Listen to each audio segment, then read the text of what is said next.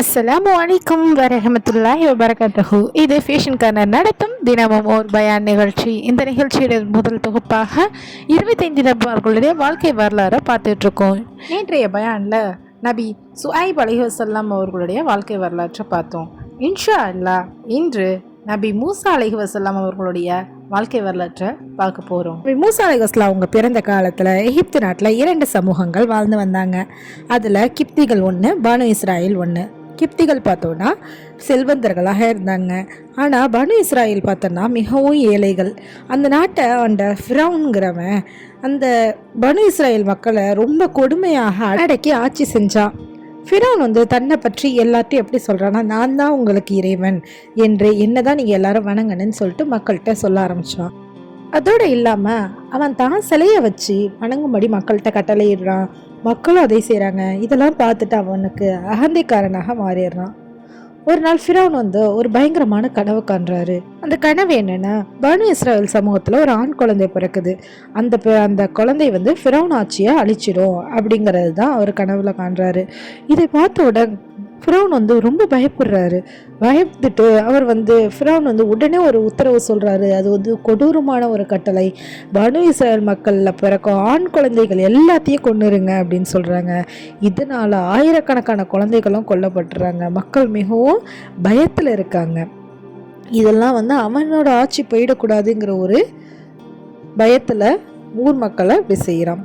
அந்த கொடூரமான காலத்தில் தான் மூசா அலைஹிவஸல்லம் அவங்க பிறக்கிறாங்க. அவருடைய தந்தை பேர் பார்த்தனா இம்ரான், அவருடைய தாய் பேர் பார்த்தனா யுஹானிதா. குழந்தை பிறந்தோன்னே அவருடைய தாய் மிகவும் பயப்படுறாங்க. அப்போ தான் அல்லாஹ் மூசா அலைஹிவஸல்லம் அவங்களுடைய தாயோட இதயத்தில் ஒரு எண்ணத்தை கொடுக்குறா. உன் குழந்தைய ஒரு பொட்டியில் வச்சு நைல் நதியில் விட்டுடு அப்படின்னு சொல்லிட்டு. அது அப்படி அவங்க செய்கிறாங்க. அல்லாஹ் பயப்படாத, நாங்கள் அவனை பாதுகாப்போம் அப்படின்னு அல்லாஹ் சொல்கிறான். மூசா அலைஹிஸ்ஸலாம் உங்கள் தாய் கண்ணீர் மல்க மல்க தான் குழந்தைய அந்த பொட்டியில் வச்சு நைல் நதியில் விட்டுடுறாங்க. அந்த பெட்டி நதியில் மெல்ல மெல்ல மறந்து செல்லுது. அந்த பெட்டி ஃபிரௌனுடைய அரண்மனையை சேர்ந்தது. அப்போது அந்த ஃபிரௌனுடைய மனைவி ஆஷியா ரலியல்லாஹு அன்ஹா அந்த பெட்டியை திறக்கிறாங்க. அதுக்குள்ளே ஒரு அழகான குழந்தை இருக்குது. அவங்க சொல்கிறாங்க, இந்த குழந்தைய கொல்லாதீங்க, இது நமக்கு மகிழ்ச்சி தரும் அப்படின்னு சொல்கிறாங்க. இந்த மாதிரி ஆஷியா ரலியல்லாஹு அன்ஹா சொல்லவும் அதனால் மூசா அலைஹிஸ்ஸலாம் அவங்க ஃபிரௌனுடைய அரண்மனையிலேயே வளர்ந்தாங்க. மூசா அலைஹிஸ்ஸலாம் யாருடைய வீட்டில் பிறக்கிறாங்கன்னு பார்த்தோன்னா பனு இஸ்ராயல் அவங்க வீட்டில். ஆனால் எங்கே வளர்ந்தாங்கன்னு பார்த்தோன்னா ஃபிரௌனுடைய அரண்மனையில். இதன் மூலம் அல்லாஹ் உலகிற்கு ஒரு பாடம் கற்றுக் கொடுக்குறான். என்னென்னா அல்லாஹ் விரும்பினால் பகைவருடைய வீட்லேயே நபியை வளர்க்க முடியும் இப்படின்னு அல்லாஹ் நமக்கு ஒரு பாடம் புகட்டுறான். ஒரு நாள் நபி மூசா அலைஹிஸ்ஸலாமும் நகரத்தில் நடந்து கொண்டுட்டு இருக்காங்க. அப்போது ஒரு கிப்தி மனிதனும் ஒரு பனு இஸ்ராயல் மனிதனும் சண்டையிட்டு கொண்டிருக்காங்க. பனு இஸ்ராயல் மனிதன் மூசா அலைஹிஸ்ஸலாம்கிட்ட உதவி கேட்குறாங்க. மூசா அலைஹிஸ்ஸலாம் அந்த கிப்தி மனிதனை தடுக்க முயன்றாங்க. அப்போது ஒரு குத்து கொடுத்தாங்க. ஆனால் அந்த குத்து மிகவும் பலமானது இருந்ததுனால அவன் அங்கேயே இறந்து விட்டான். மூசா அலைஹிஸ்ஸலாம் அவங்க பயந்துட்டாங்க. உடனே அவங்க என்ன சொன்னாங்கன்னா, இது ஷைத்தானுடைய வேலை அப்படின்னு சொல்கிறாங்க. அவங்க அல்லாவிடம் மன்னிப்பு கேட்குறாங்க. அல்லாஹ் அவரை மன்னித்தான். மறுநாள் அந்த சம்பவம் நகரம் முழுவதும் பரவிடுச்சு. ஃபிரௌன் மக்கள் மூசா அலைஹிஸ்ஸலாம் அவங்கள கொல்ல திட்டமிட்டுட்டாங்க. அப்போது ஒரு நல்ல மனிதர் ஓடி சொன்னா, மூசாவே, தலைவர்கள் உங்களை கொல்ல திட்டமிட்டு இருக்காங்க, உடனே நகரத்தை விட்டு வெளியேறிடுங்க அப்படின்னு சொல்கிறாங்க. மூசா அலைஹிஸ்ஸலாம் அவங்க அந்த இரவே எகிப்தை விட்டு வெளியேறாங்க. அவங்க தனியாக பாலைவனத்தை கடந்து மத்தியனுங்கிற இடத்துக்கு பயணம் போகிறாங்க. அவர் அல்லாவிடம் துவா செய்கிறாங்க. என் இறைவா, இந்த அநியாயக்காரர்களிடமிருந்து என்னை காப்பாற்று அப்படின்னு துவா செய்கிறாங்க. மத்திய நகரத்துக்கு வந்த பிறகு ஒரு கிணத்துல எல்லாரும் தண்ணி எடுத்துக்கிட்டு இருக்காங்க. அங்கே 2 பெண்கள் மட்டும் அவங்க ஆடுகளோட தூரத்தில் நின்று கொண்டு இருக்கிறாங்க. மூசா அலைஹிஸ்ஸலாம் அதை பார்த்த பிறகு அவங்கள்ட்ட போய் கேட்குறாங்க, நீங்கள் ஏன் தண்ணீர் எடுக்கலை அப்படின்னு கேட்கவும் அதுக்கு அவங்க சொல்கிறாங்க, மக்கள் எல்லாரும் சென்ற பிறகு தான் நாங்கள் தண்ணீர் எடுக்க முடியும், எங்கள் தந்தையோ வயதானவர்னு சொல்கிறாங்க. மூசா அலைஹிஸ்ஸலாம் அவங்க அந்த பெண்களுக்கு உதவி செய்கிறாங்க. அவங்க ஆடுகளுக்கு தண்ணீர் எடுத்து கொடுத்தாங்க. பிறகு ஒரு மர நிழலில் அமர்ந்து துவா செய்கிறாங்க. என் இறைவா, நீ தரும் நன்மைக்கு நான் மிகவும் தேவைப்படுகிறேன் அப்படின்னு துவா செய்கிறாங்க. சிறிது நேரத்திலேயே அந்த 2 பெண்களில் ஒருவர் வந்து நாணத்துடன் வந்து மூசா அலைஹிஸ்ஸலாம்கிட்ட சொல்கிறா, எங்கள் தந்தை வந்து உங்களுக்கு நன்றி சொல்ல உங்களை அழைக்கிறாங்க அப்படின்னு சொல்கிறோம். அந்த பெண் யார் தெரியுமா? அந்த பெண் தான் சுஹைப் நபியுடைய மகள்கள். அதன் பிறகு பார்த்தோன்னா மூசா அலைஹிஸ்ஸலாம் சுஹைப் நபிகிட்ட போகிறாங்க. மூசா அலைஹிஸ்ஸலாம் வந்து சுஹைப் நபிகிட்ட வந்து தங்கள் வாழ்க்கை கதையை சொல்கிறாங்க. இதை கேட்டு சுஹைப் நபி வந்து, நீங்கள் எங்கள் ஆடுகளை மேய்த்தால் என் மகள்களில் ஒருவரை உங்களுக்கு திருமணம் செய்து தருகிறேன் அப்படின்னு சொல்கிறாங்க. மூசா அலைஹிஸ்ஸலாம் அவங்க வந்து சம்மந்திச்சிட்டாங்க. அவர்கள் வந்து 8 அல்லது 10 ஆண்டுகள் அங்கேயே வேலை செய்கிறாங்க. பிறகு சுஹைப் நபியுடைய மகளையும் திருமணம் செய்து கொள்கிறாங்க. சுஹைப் நபியுடைய வீட்டிலேயே பல ஆண்டுகள் வாழ்ந்த பிறகு மூசா அலைஹிஸ்ஸலாம் அவங்க வந்து தங்கள் குடும்பத்துடன் மீண்டும் எகிப்து செல்ல முடிவு செய்கிறாங்க. ஒரு இரவு அவர் பாலைவனத்தில் பயணம் செய்து கொண்டிருக்காங்க. அப்போது குளிரும் இருட்டும் அதிகமாக இருக்குது. திடீரென்று ஒரு மலைப்பகுதியில் ஒரு நெருப்புடைய வெளிச்சம் தெரியுது. மூசா அலைஹிஸ்ஸலாம் அவங்க சொல்கிறாங்க, நீங்கள் இங்கேயே இருங்க, நான் அந்த நெருப்பில் சென்று ஒரு தீக்குச்சியை கொண்டு வருகிறேன்னு சொல்லிட்டு போகிறாங்க. மூசா அலைஹிஸ்ஸலாம் வந்து அந்த நெருப்பு அருகே செல்லும்போது அப்போ ஒரு குரல் கேட்குது, மூசாவே அப்படின்னு. அது வந்து அல்லாவின் குரல். அல்லாஹ் சொல்கிறான், நிச்சயமாக நான் தான் உன் இறைவன், நீ புனிதமான துவா பள்ளத்தாக்கில் இருக்கிறாய் அப்படின்னு சொல்கிறான்.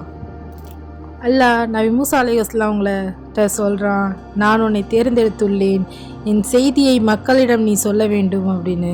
அதாவது மூசா அலைஹிஸ்ஸலாம் அவங்க வந்து நபியாக தேர்ந்தெடுக்கப்பட்டாங்க. பிறகு அல்லாஹ் கேட்குறா, மூசாவே உன் கையில் என்ன இருக்கிறது அப்படின்னு கேட்குறா. அதுக்கு மூசா அலைஹிஸ்ஸலாம் அவங்க சொல்கிறாங்க, இது என் கைத்தடி, இதில் நான் சாய்ந்து நடப்பேன், இதனால் ஆடுகளுக்கு இலைகள் பறிப்பேன் அப்படின்னு சொல்கிறாங்க. அல்லாஹ் சொல்கிறான், அதை நீ கீழே போடு அப்படின்னு சொல்கிறாங்க. மூசா அலைஹிஸ்ஸலாமும் கைத்தடியை உடனே கீழே போட்டுறாங்க. அது கீழே போட்டோன்னே ஒரு பெரிய பாம்பாக மாறிச்சு. மூசா அலைஹிஸ்ஸலாம் அதை பார்த்து பயப்படுறாங்க. அல்லாஹ் சொல்கிறான், பயப்படாத, அதை பிடி அப்படின்னு சொல்கிறான். மீண்டும் அதை பிடிச்சோன்னே அது மீண்டும் கைத்தடியாக மாறிடுச்சு. அதன் பிறகு அல்லாஹ் சொல்கிறான், உன் கையை மார்புக்குள் வைத்து வெளியேடு அப்படின்னு சொல்கிறான். மூசா அலைஹிஸ்ஸலாமும் அவ்வாறே கையை வெளியெடுக்கிறாங்க. அது ஒளி வீசும் வெள்ளை நிறமாக மாறிச்சு. அல்லாஹ் கொடுத்த மற்றொரு அற்புதம் தான் இது. அல்லாஹ் சொல்கிறான், மூசாவே ஃபிரௌனிடம் செல், அவனோ மிகவும் அகந்தை கொண்டவன் அப்படின்னு சொல்கிறான். அப்போ மூசா அலைஹிஸ்ஸலாம் அவங்க துவா செய்கிறாங்க, என் இறைவனே, என் நெஞ்சை விரிவாக்கு, என் காரியத்தை எளிதாக்கு, என் நாவில் உள்ள முடிச்சை அவிழ்த்து விடு, அவர்கள் என் பேச்சை புரிந்து கொள்ளட்டும் அப்படின்னு துவா செய்கிறாங்க. என் சகோதரர் ஹாரூனை எனக்கு உதவியாளராக கொடு அப்படின்னு துவா செய்கிறாங்க. அல்லாஹ்வுடைய கட்டளின்படி மூசா நபியும் அவர்களுடைய சகோதரர் ஹாரூன் அலைஹிஸ்ஸலாமும் இருவரும் ஃபிரௌனுடைய அரண்மனைக்கு சென்றாங்க. அவங்க சொல்கிறாங்க, நாங்கள் அல்லாவின் தூதர்கள், ஒரே இறைவனை வணங்குங்கள், பனு இஸ்ராயேல் மக்களை விடுவிக்குங்கள் அப்படின்னு சொல்லி அவங்கள்ட்ட சொல்கிறாங்க. ஃபிரௌன் வந்து சிரிச்சுக்கிட்டே கேட்குறான், நீங்கள் அல்லாவின் தூதர்களா, நான் எப்படி நம்புறது அப்படின்னு சிரிச்சுக்கிட்டே கேட்குறான். ஃபிரௌன் கேட்கவும் மூசா அலைஹிஸ்ஸலாம் வந்து தங்கள் கையில் இருந்த கைத்தடியை கீழே போடுறாங்க. அது உடனே ஒரு பெரிய பாம்பாக மாறிடுச்சு. அதை பார்த்து அரண்மனையில் இருந்தவங்க அனைவரும் பயந்துட்டாங்க. இதுக்கப்புறம் பார்த்தோன்னா மூசா அலைஹிஸ்ஸலாம் வந்து தங்கள் கையை வெளியே எடுக்கிறாங்க. அது பெரிய ஒளி வீசிச்சு. அதை கண்ட ஃபிரௌன் வந்து மிகவும் பயப்படுறான். ஆனால் அவன் அகந்தை காரணமாக உண்மையை ஏற்க மாட்டேன்றான். ஃபிரௌன் சொல்கிறான், மூசா ஒரு பெரிய சூனியக்காரன் அப்படின்னு சொல்கிறான். அதுக்கு பிறகு அவன் நாட்டில் உள்ள அனைத்து சூனியக்காரங்களையும் அழைத்து ஒரு பெரிய போட்டி ஏற்பாடு செய்கிறான். அது என்னென்னா, சூனியக்காரங்கள் வந்து தங்கள் கைத்தடிகளையும் கீழே போடுறாங்க. அவை பாம்புகள் போன்று தோன்றினாங்க. மக்கள் அனைவரும் பயந்து போனாங்க. அப்போது மூசா அலைஹிஸ்ஸலாம் அவங்கள்ட்ட சொல்கிறாங்க, உன் கைத்தடியை கீழே போடுன்னு சொல்கிறாங்க. மூசா அலைஹிஸ்ஸலாம் அவங்க வந்து கைத்தடியை கீழே போடுறாங்க. அது ஒரு பெரிய பாம்பாக மாறிச்சு. சூனியக்காரர்கள் அனைத்து மந்திரங்களும் விழுங்கி விட்டது. அந்த சூனியக்காரர்கள்லாம் உடனே புரிஞ்சு கொள்கிறாங்க. அவங்க என்ன சொல்கிறாங்கன்னா, இது சூனியம் இல்லை, இது அல்லாஹ்வுடைய அற்புதம் அப்படின்னு சொல்கிறாங்க. அவங்க அனைவரும் அங்கேயே சஜ்ஜா செய்கிறாங்க.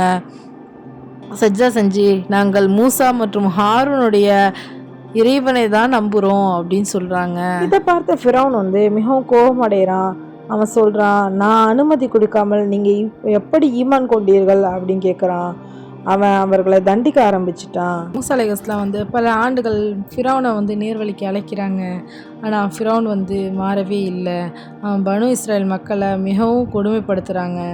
அப்போது அல்லாஹ் வந்து மூசா அலைஹிஸ்ஸலாம் அவங்கள்ட்ட வந்து கட்டளை விடுறான். இந்த இரவில் உன் மக்களுடன் எகிப்தை விட்டு வெளியேறு அப்படின்னு சொல்கிறான். மூசா அலைஹிஸ்ஸலாமும் பனு இஸ்ரேல் மக்களோட இரவில் பயணம் செய்கிறாங்க. காலை எழுந்தவுடனே பார்த்தோன்னா ஃபிரௌன் அவங்க வெளியேறியது தெரிஞ்சிச்சு. அவன் கோபமாக பெரிய படையோட அவங்கள துரைத்துக்கிட்டு வராங்க.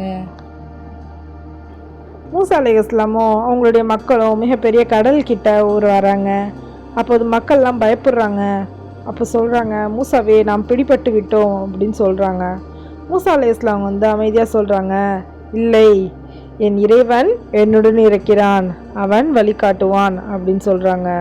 அப்போது அல்லாஹ் மூசா அலைஹிஸ்ஸலாம் அவங்கள்ட்ட சொல்கிறாங்க, உன் கைத்தடியால் கடலை அடக்க. மூசா அலைஹிஸ்ஸலாம் வந்து தான் கைத்தடையால் கடலை அடக்கிறாங்க.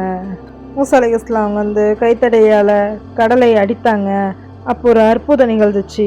கடல் 2 பக்கமாக பிளந்துருந்துச்சு. நடுவில் ஒரு பெரிய பாதை உருவாகுது. மூசா அலைஹிஸ்ஸலாமும் அவங்களுடைய மக்களும் அந்த பாதையில் பாதுகாப்பாக நடந்து போகிறாங்க. பின்னாலேயே ஃபிரௌனும் அவனுடைய படையும் அந்த கடலில் நுழைந்தது.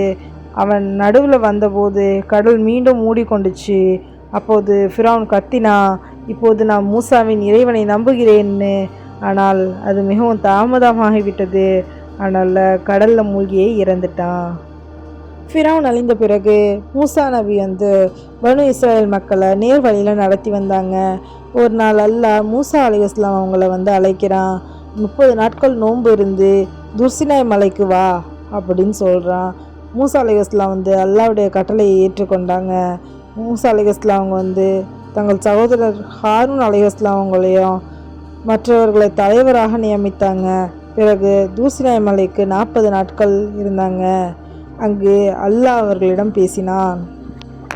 அல்லாஹ் மூசா அலைஹிஸ்ஸலாம் அவங்களுக்கு தௌராத் வேதத்தை வழங்கினான். அது கல் பலகையில் எழுதப்பட்டிருந்தது. அல்லாஹ் அதில் என்ன எழுதியிருக்கான்னா, அல்லாஹ்வுடைய சட்டங்கள், நல்ல வாழ்க்கை வழிகள், கட்டளைகள் எல்லாமே அந்த இதில் இருந்துச்சு. அப்போது மூசா அலைஹிஸ்ஸலாம் அவங்க சொல்கிறாங்க, என் இறைவனே, உன்னை நான் காண விரும்புகிறேன் அப்படின்னு அல்லாஹ்ட்ட சொல்கிறாங்க. அல்லாஹ் அதுக்கு சொல்கிறான், நீ என்னை காண முடியாது, ஆனால் அந்த மலையை பார் அப்படின்னு சொல்கிறாங்க. அந்த ஒளி வந்ததும் மலை தூள் தூளாகி விட்டுச்சு. அதை பார்த்த மூசா அலைஹிஸ்ஸலாம் வந்து மூர்ச்சையாகி தரையில் விழுந்தாங்க. மூசா அலைஹிஸ்ஸலாம் வந்து மீண்டும் விழுந்தபோது சொன்னாங்க, என் இறைவனே, நீ மிகவும் பரிசுத்தமானவன், நான் உன்னிடம் தகுபா செய்கிறேன். மூசா நபி வந்து பார்த்தோன்னா துர்ஷினாய் மலையில் அல்லாவுடன் பேசி கொண்டிருந்தாங்க. அந்த நேரத்தில் பனு இஸ்ராயல் மக்கள்லாம் வந்து மலையோடைய கீழே இருந்தாங்க. அவங்களை கவனிக்க ஹாரூன் அலைஹிஸ்ஸலாம் அவங்க இருந்தாங்க. இந்த மக்களில் ஒரு சாமிரி ஒரு மனிதன் இருக்கிறான். அவன் மிகவும் தந்திரமானவனாக இருக்கான். அவன் மக்களை வழி தவற செய்ய திட்டமிடுறான். பனு இஸ்ரேல் மக்கள்கிட்ட இருந்து பொன் நகைகளை சாமரி சேகரித்தான். அதை உருக்கி ஒரு பொன் காலை உருவம் செஞ்சான். அது துளை வைத்ததால் காற்று அடிக்கும் போதெல்லாம் அது மாடு போல சத்தம் செய்தது. அப்போ சாமிரி சொன்னான், இதுதான் உங்கள் இறைவன், இதுதான் மூசாவின் இறைவன். சிலர் அதை நம்பவும் ஆரம்பிச்சிட்டாங்க. அவங்க வந்து அந்த காளையவே வணங்க ஆரம்பிச்சிட்டாங்க. ஹாரூன் அலைஹிஸ்ஸலாம் அவங்க வந்து எச்சரித்தாங்க, இது ஒரு சோதனை, உங்கள் இறைவன் அல்லாஹ் மட்டுமே அப்படின்னு சொன்னாங்க. ஆனால் பலர் கேட்கல. மூசா அலைஹிஸ்ஸலாம் வந்து மலையிலேருந்து திரும்பி வராங்க. அவங்க அந்த காட்சியை பார்த்தாங்க. மக்கள் காளையை வணங்கி கொண்டு இருக்கிற காட்சி. மூசா அலைஹிஸ்ஸலாம் வந்து மிகவும் கோபம் அடைஞ்சிட்டாங்க. மூசா அலைஹிஸ்ஸலாம் வந்து அந்த காளையை எரித்து அதன் சாம்பலை வந்து கடலில் தூக்கி எறிந்தாங்க. மூசா அலைஹிஸ்ஸலாம் வந்து சாமிரிட சொன்னாங்க, நீ இந்த உலகில் தனியாக வாழ வேண்டும் அப்படின்னு சொன்னாங்க. அவன் மக்களிடமிருந்து தொலைவில் வாழ்ந்தான். மூசா அலைஹிஸ்ஸலாம் வந்து பல ஆண்டுகள் பனு இஸ்ரேல் மக்களுக்கு அல்லாஹ்வுடைய கட்டளைகள், தௌராத் சட்டங்கள், நேர்வழி இவற்றை எல்லாம் போதித்து சொன்னாங்க. அவங்களும் வாழ்க்கை முழுவதும் மக்களை நேர்வழிக்கு அழைப்பதிலேயே கழிஞ்சிருச்சு. ஆனால் பனு இஸ்ரேல் மக்கள் வந்து கட்டளையை மீறினாங்க, நன்றி மறந்தாங்க. அதனால் அவங்க 40 ஆண்டுகள் பாலைவனத்தை சுற்றி கொண்டிருந்தாங்க. மூசா அலைஹிஸ்ஸலாம் அவருடைய சகோதரர் ஹாரூன் அலைஹிஸ்ஸலாம் வந்து முதல்ல இறந்துடுறாங்க. அவங்க ஒரு மலையில் நல்லடக்கம் செய்கிறாங்க. அது மூசா அலைஹிஸ்ஸலாம் அவங்களுக்கு வந்து மிகுந்த துக்கம் கொடுக்குது. மூசா அலைஹிஸ்ஸலாம் அவங்களுக்கும் வயது அதிகமாச்சு. அவங்க மக்களை இதை தொடர்ந்து போதனை செய்கிறாங்க. அவங்க வாழ்க்கை முழுவதும் அல்லாவுக்காக போராடிய ஒரு வாழ்க்கை. ஒரு நாள் அல்லாஹ் நபி மூசா அலைஹிஸ்ஸலாம் அவங்களுடைய உயிரை எடுத்துக்கொண்டான். அவங்க சுமார் 120 வயது வரைக்கும் வாழ்ந்தாங்க என்று பல வரலாறில் குறிப்பிட்டிருக்கு. நபி மூசா அலைஹிஸ்ஸலாம் அவங்களுடைய வாழ்க்கை. மூசா அலைஹிஸ்ஸலாம் வாழ்க்கையில் நமக்கு ஒரு பெரிய பாடம் என்னென்னா, அல்லாவை நம்பினால் உதவி வரும், அகந்தை அழிவை தரும், நபிமார்களுடைய வாழ்க்கைக்கு நேர்வழி விளக்கு. இன்ஷா அல்லாஹ் நாளை அடுத்த பயானில் நபி ஹாரூன் அலைஹிஸ்ஸலாம் அவர்களுடைய வாழ்க்கை வரலாற்றுடன் உங்களை நான் சந்திக்கிறேன். அஸ்ஸலாமு அலைக்கும் வரஹ்மத்துல்லாஹி வபரகாத்துஹு. இந்த பயான் உங்களுக்கு பயனுள்ளதாகவும் விருப்பமானதாகவும் இருந்தால் லைக் பண்ணுங்கள், ஷேர் பண்ணுங்கள், சப்ஸ்கிரைப் பண்ணுங்கள், மறக்காமல் அந்த பெல் ஐக்கானை ப்ரெஸ் பண்ணுங்கள்.